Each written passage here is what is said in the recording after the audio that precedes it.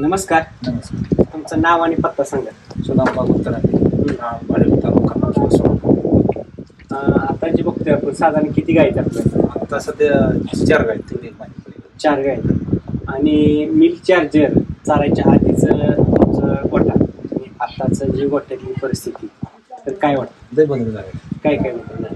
Milk charge अगोदर चालू करायचं गाय गाभण राहत नव्हती. एसी बसत नव्हता, म्हणजे फॅट लागला पडला, गाय खात नव्हती, असे रखरख करायचे. मग कसं चालू केलं म्हणजे शांतता झाली त्यांना. योग्य शेण पडतंय, पहिले पातळ शेण पडायचं, सगळं व्यवस्थित होते. गाभण राहायला काहीच अडचण नाही. म्हणजे पहिलं आता किती वर्षापासून गोठा करता दूध व्यवसाय? व्यवसाय 7-8 वर्ष झालं करतो. 7-8 वर्ष. 7-8 वर्षापूर्वी जी दुधातलं प्रॉफिट राहायचं आणि आज मी तिचं जे प्रॉफिट आहे, तर ह्याच्यामध्ये किती बदल जाणवतो? लय बदल झाला, 80-90% बदल झाला. बरं. म्हणजे पहिलं तुम्हाला मंथली किती खर्च असायचा इतर म्हणजे सारखं डॉक्टर येणे सारखं डॉक्टरांचा प्रॉब्लेम असेल. म्हणजे काय व्हायचं प्रॉब्लेम डॉक्टर यायचा? मस्टडी हो, काय म्हणजे आता मिल्क चार्जर चालू केल्यापासून डॉक्टर नाही, गुचिड ताप नाही आणि मस्टडी नाही. मस्टडी काहीच नाही. म्हणजे आता ही जी लोक बघते ती युट्यूबला किंवा तुम्ही आता युट्यूबला बघून वापरायला चालू केलं, तर तसं खरं आहे का? किंवा ती खरंय काय खोटं बोलून काय जे आहे ते समक्ष शेण बघायचं. पहिलं शेण कसं एकदम घट्ट पातळ होतं पहिलं, आता घट्ट बघा ना तुम्ही. ते आताच शेण बरं काय बरोबर विषय येत नाही ना. पण आता काही लोक म्हणते युट्यूबला व्हिडिओ बघितला, तुम्ही म्हणता डॉक्टरचा खर्च बंद झाला, खाली लोक कमेंट टाकते की फेक आहे म्हणून. नाही काय बोलू शकता? फेक लोकांनी बोलूच शकत नाही तुम्हाला. हे जे केमिकल पेक्षा चांगलं नाही. ह्याच्या आधी तुम्ही किती मिनरल मिक्सचर वगैरे चालला? सारखं पुढे बंद नव्हतं तुम्हाला चालू. बकेट चालू केलं पण ते बंद झालं, खर्च कमी झाला ना. खर्च कमी झाला? लय कमी झाला खर्च. काही लोक म्हणतात मिल्क चार्जर महाग आहे. महाग असताना पण डॉक्टरचा खर्च वाढला, तुमचं जाणं येणं वाढलं, सगळं वाढलं ना. गाय जी आजारी पडल्या तोड शेतकऱ्याची कमी झाली. मला सांगा, आता जी ही गाय आहे, ही गाय पहिल्यापासून अशी आहे ना आता जास्त आहे? म्हणजे शे गाय म्हणजे आता जी अशी क्वालिटी उतरली नाही मिल्क चालू चालू तिला. अशी तब्येत होती का पहिली? अशीच आहे पहिले, म्हणजे मिल्क चालू केलं असंच राहिली. म्हणजे ह्याच्या आधी केस कशी असेल? सेम असेच होते, उतरली जाते गाय. म्हणजे जशी वेल्यानंतर गाय खराब होती, पण ही वेल्यानंतर खराब झाली नाही. मला सांगा, मालकाने दूध किती सांगितलं होतं आणि देते किती? मालकाने सांगितलं म्हणजे जास्त चलते. किती सांगितलं होतं? 7-8 चलते, 11-12 चलते एक टाइम. म्हणजे किती लिटर दूध वाढलं? बघा 4 लिटरचा फरक पडला. 4 लिटर.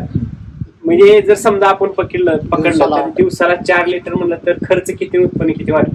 बघा तुम्ही काय साधारण काय रेट चालतं? 35 रुपये. म्हणजे 14 म्हणजे 140 रुपयाचं रोजचं दूध तुमचं वाढलं, बरोबर? आणि मिल्क चार्जर खर्च करताय? मिल्क चार्जर मग जाणून तुम्हाला सांगतो. आता आम्ही सकाळी 6 टाकले, आता मग आम्ही टाकत नाही, आजारी पडत नाही काय नाही तुम्हाला सांगतो. म्हणजे मिल्क चार्जरवर तुमचा फार तर किती 33 रुपये खर्च होतो, बरोबर? आणि 140 रुपये तुमचा नफा होतोय. तर आपण वरचं 40 जरी मिल्क चार्जर सोडलं तर रोज 100 रुपये तुमचा प्रॉफिट आहे, बरोबर? नुसत्या दुधाचा.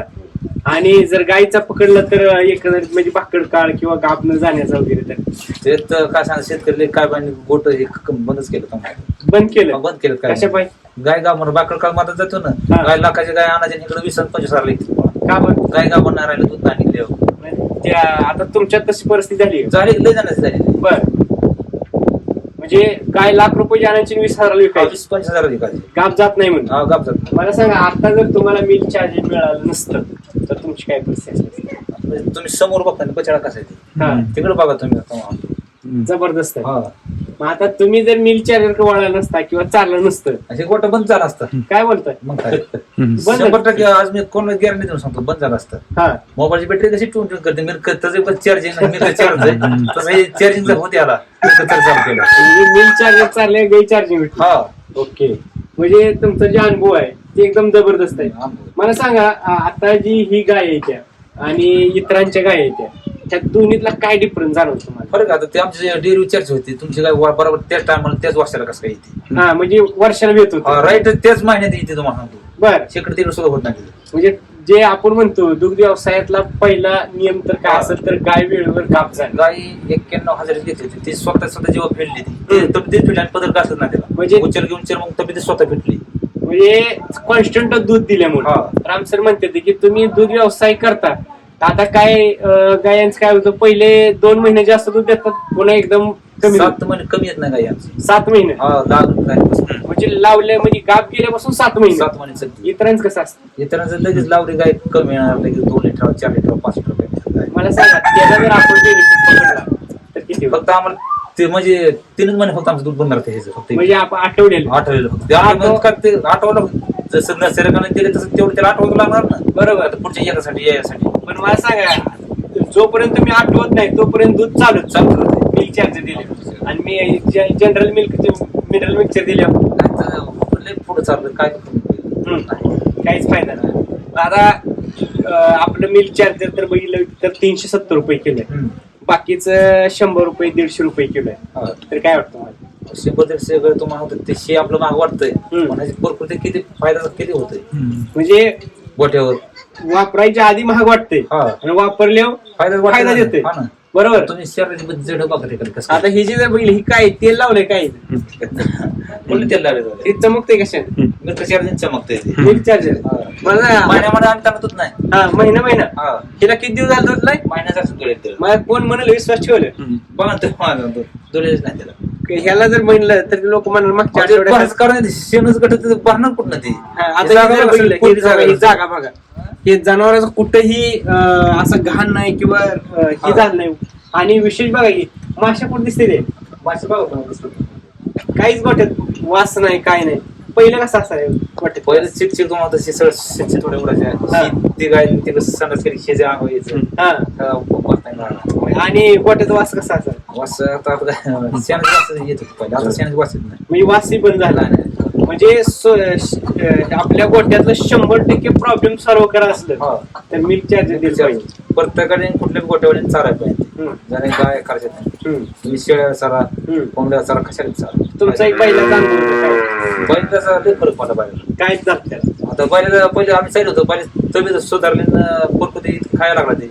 पहिलं खात नव्हतं एवढा, आता ते खात असा खराब होता बैल, आता एकदम तंदुरुस्त झाला. आताची मनस्थिती जागेवर मी सगळी टाकलं ते रख असं येड हाणणार काय केलं काहीतरी म्हणलं 1 लाखाला मागताय का? हा ते पहिले 1 लाख रुपयाला मागतात तरी आम्ही त्यांना नाही. बरं मिल्क चार्जर चालल्यामुळे तिची अशी तब्येत झाली. तुम्ही समक्ष बघितलीच घ्या बघितली. मला सांगा आता जी ही जनावर आहे ती तर ह्यांना तुम्ही सकाळ संध्याकाळ कसं देता मिल्क चार्जर? 2 टाइम देता. सकाळ 50 म्हणजे सकाळ 50 ग्रॅम संध्याकाळ 50 ग्रॅम. आणि किती दिवस झाले चालू आहे? चालेल आता वर्ष झालं. वर्ष कंटिन्यू चालू आहे, 1 दिवस खरा नाही. मला सांगा काय लोक 1 पोडा नेते बंद करतात, त्यांना काय सांगू इच्छित? त्यांनी तसं नाही करायचं. कसं असतं ट्रीटमेंट ही केल पूर्णच करायला हे ट्रीटमेंट नाही, ही एक आहार आहे, पचनक्रिया वाढवणार. शेतात तुम्ही ऊस लावला, कडपुत्र ऊस लावून नेहमीच दंडापुत्र पाणी गेलं, पुढचं कसं ते मोडापुत्र पाणी जाऊ शकत नाही. बरोबर. ते तुरंत पाणी आटतं ना तुमचं. म्हणजे दिलं तर कंटिन्यू दिलं द्या ना तुम्ही. ओके. मला सांगा कंटिन्यू दिल्यामुळे काय फायदा झाला तुम्हाला? फायदा गोठ्यातलं सगळंच खर्च बंद झाला बाकीचा. म्हणजे 100% समस्याच बंद झाली. बरोबर. पण आता काय होतं, काय शेतकरी 1 पोडा नेतो, 2 नेतो, 3 नेतो आणि त्याला रिझल्ट घरी किती खायला असू द्या त्याच्या बोपे ना खाण्याचा. ते शेण वाटत बाहेर पाणी फिरतंय ना, त्यात शेणाचं पाण्याचं प्रमाण आहे काय बघा. म्हणजे पूर्ण एकदम घट्ट शेण आहे. ओके. तर मला सांगा तुम्हाला मिल्क चार्जर चालू केल्यापासून किती दिवसांनी रिझल्ट मिळाला? 15 दिवसच करा. 15 दिवस. 15 दिवसांनी लगेच फरक. म्हणजे 15 दिवस गेले मिल्क चार्जर चालून फरक दिसायला. त्याच्या मधल्या 15 दिवसात काय तुमच्या मनस्थिती? काय म्हणजे खरं वाढतंय का नाही? म्हणजे आपण आणलं बकेट आणली इतक्या मागे 1600 रुपये बकेट आहे, कसं होतं जाणवलं आम्हाला. म्हणजे 1790 रुपये दिलं आणि रिझल्ट 15 दिवस येणार. तुम्हाला वाटत होतं का रिझल्ट येईल? नव्हतं वाटत, पण जे टायमाला अनुभव बकेटनेच अनुभव दिला आम्हाला. म्हणजे दम काढणं महत्वाचं. आणि तुम्ही जर 10 दिवसात पण केलं असतं. मला सांगा ऊस लावलं तर 15 दिवस ऊस लागला, पण ही शेतकऱ्याला कळत नाही. कुठलंही तुम्ही दान करा, कुठलं येऊ शकत. म्हणजे तुम्ही जे 15 दिवसानं तुम्हाला रिझल्ट दिसायला लागला तेव्हापासून तुम्ही आता बंद केलं नाही. ओके. आता मला सांगा ही पाडी तिचीच आहे, त्या पाडीला तुम्ही देताय तर त्या पाडीला कसं देताय? ते आपल्या गायच्या दुधात उतरले म्हणजे दुधात देताय, तिला स्पेशल देत नाही. म्हणजे ह्या गायच्या दूध जी पौष्टिकता वाढली ती आपल्याला सांगायची. बघा ते काय ते कालवड ना आपण शब्द खोटं बोलून पण ते वास्तव खोटं बोलू शकत नाही ना तुम्हाला. आता ते कालवडच किती वय आहे? 2.5 महिन्याचं आहे. 2.5 महिन्यात कोण म्हणाल त्याला 2.5 महिन्यात? ती 3-4 महिन्यात असली वाटते. वाटतंय पण ते नाही ना 2.5 महिन्याचं आहे. 2.5 महिन्यात. ओके. मिल्क चार्जर नेतात बरेच जण पण कंटिन्यू करत नाही. ते दर सोडवू द्या. हा आणि त्याच्यामुळे त्यांना जो पाहिजे असा रिझल्ट पाहिजे कसं कसं भेटत नाही. एखाद्या डॉक्टरने ज्याला शुगर आहे त्याला कंटिन्यू गोळी दिले चांगलंच आहे. बरोबर. असं म्हणजे मिल्क चार्जर तुम्हाला गायांना दिलं चांगलंच आहे. आरोग्य चांगलं राहतं. गायांचं दिवसात गोट्यात आजारी पडायचा विषय येत नाही. म्हणजे सगळं प्रॉब्लेम सॉल्व्ह होते सगळं. ओके. सर आम्ही व्हिजिटला गेलो ना, बऱ्याच गोट्यांना भेटी दिली, पण तिथे गेल्यानंतर त्या दुधाचा पण वास येतोय, इथं शेणाचा पण वास येतोय. आम्ही असं दहा हात खाल्ले ना असं वास कमी दुधाचे वास येतात. आमच्या बाकीच वास येत नाही का नाही. हा म्हणजे लोकांच्या आम्ही होत तर दूध वास साई येते आम्हाला असे हरून फोडून. म्हणजे बिगर गरम करता साहित्य. हा बिगर गरम करता साहित्य. म्हणजे आम्ही व्हिजिटला जाताना आम्ही तेच पाहतोय की जे मिल्क चार्जर वापरत नाही त्यांना आपण सांगतो की मिल्क चार्जर वापरा, आणि त्यात आपण दूध पाहायला गेलं त्या दुधाचा पण वास येतो. आणि जे मिल्क चार्जर आपण आता आज पाहतोय आता यांनी आमच्यावर विश्वास ठेवला आणि मिल्क चार्जर वापरलं तर त्याच्या शेणाचा पण वास येत नाही. आपण शेणा शेजारी उभा आहे आणि माशी पण बसत नाही. ह्याच्यात पौष्टिक आहे शेणा. हा आहे ना, म्हणजे घाणीव माशी बसते ही घाण नाही. बरोबर आहे. बरोबर आहे. ही एकदम प्युअर शेण आहे. तुम्ही बोकड बघ कसं आहे. ते बोकडाला मिल्क चार्जर पाणी पाजायला सुद्धा मिल्क चार्जरची बकेट आहे बघा. ओके. ठीक आहे. धन्यवाद.